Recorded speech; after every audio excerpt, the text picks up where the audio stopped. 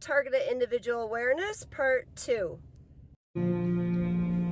What these people have done is turned this technology into a video game, and that is exactly how they approach it. They approach it as though they are playing a cross between Sid Meier's Civilization on their computer and Sims, where they are controlling all of civilization and also controlling people on the individual level. The overall effect of this technology is one that can control the mood, the attitudes, the thoughts, the feelings, the emotions, and thus the motivations and then the actions of the target. All day, every day, 24 hours a day, 7 days a week, 365 days a year. It is a highly sophisticated technology. It is one that produces literal and total and complete mind control over the targeted individual.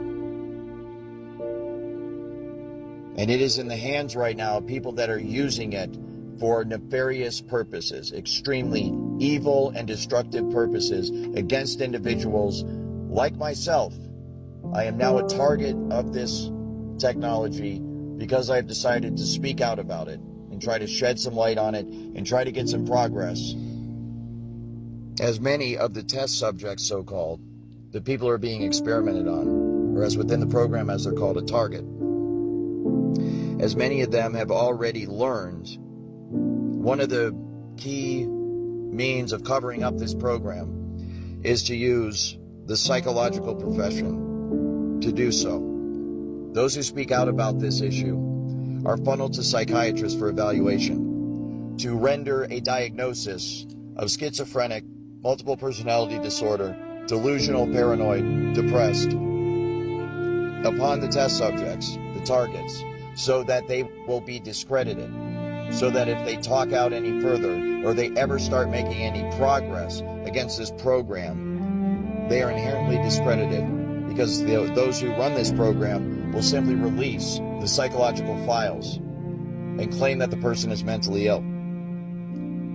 This is a perfect way to cover up such a technology whose main feature and most popular feature, most well-known feature, is voice to skull, which induces sound within the cranial cavity of the test subject, of the target themselves, so that when that person goes to speak out about it, when they go to seek help from their fellow human beings, and their fellow human beings say, "What is it that's happening to you?" the target will then say, "I'm hearing voices inside my head."